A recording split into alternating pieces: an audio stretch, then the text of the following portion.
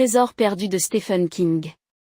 Retour sur les adaptations méconnues du maître La créature du cimetière. Le sous-sol de la peur.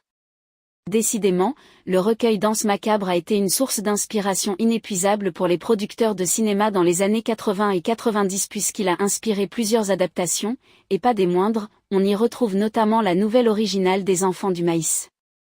En adaptant Poste de nuit, le réalisateur Ralph S. Singleton ne sort cependant pas de sa zone de confort puisqu'il avait déjà produit le premier Cimetière, et il récidivera avec sa suite.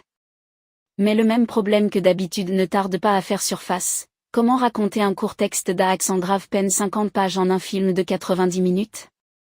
À la différence de The Mangler, La créature du cimetière possède tous les ingrédients pour une adaptation basique, certes, mais efficace. Dans une usine de textile du Maine, le patron ordonne à une petite équipe d'employés de nettoyer une cave très encombrée et envahie par les rats. Le nouveau venu John Hall, au passé mystérieux, accepte le job mais très rapidement son caractère se frotte à celui de son boss en acier trempé.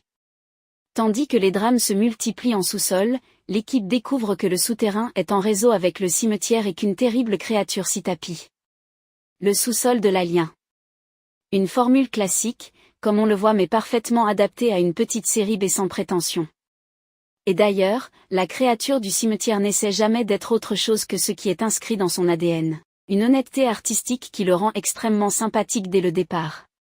Après, il faut bien l'avouer, le film est loin d'être un chef-d'œuvre et souffre de gros problèmes de rythme tout autant que d'un budget rikiki qui ne permet pas à l'horreur de la nouvelle de vraiment faire effet. Le sous-sol de l'alien. Une formule classique, comme on le voit mais parfaitement adaptée à une petite série B sans prétention. Et d'ailleurs, la créature du cimetière n'essaie jamais d'être autre chose que ce qui est inscrit dans son ADN. Une honnêteté artistique qui le rend extrêmement sympathique dès le départ.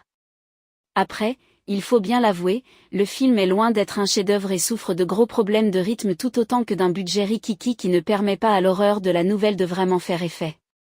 L'une des grosses qualités du film, c'est bien évidemment son côté crasseux, ses personnages un brin barrés, avec Brad Dourif et Andrew Divoff au casting, on ne s'attendait pas à moins, et le fait qu'il assume totalement sa fonction de film de couloir dans la droite lignée d'un Alien par exemple. Y ajoutant un petit discours social bienvenu mais un peu trop lourd par instant, le film reste très regardable encore aujourd'hui et d'ailleurs on vous le conseille plus que par curiosité. Mais il faut garder à l'esprit qu'il est très loin de la terreur et du ton désespéré et implacable de la nouvelle originale. Et puis bon, vous allez voir, pour tout film tiré de Danse macabre, la conclusion sera la même implicitement, regardez les films si vous voulez, mais lisez absolument Danse macabre.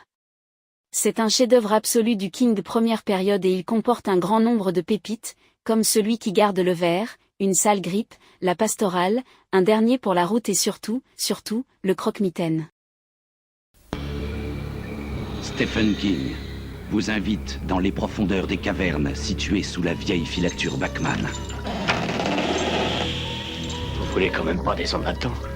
Un secret y est caché, oublié ou ignoré depuis longtemps par les vivants.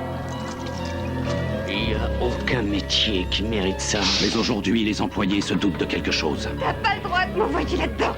Ni moi, ni personne. T'as pas le droit. La direction refuse de comprendre.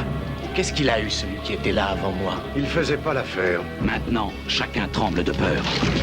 Ici, c'est complètement infesté. Le terme est assez faible, je trouve. C'est toi, Morgan?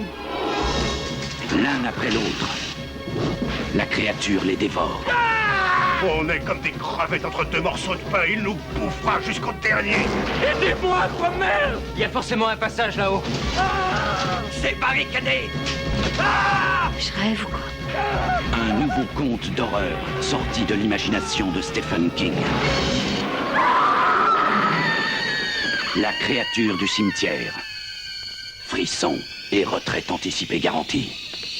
Présenté au Festival du film fantastique d'Avoriaz 1991.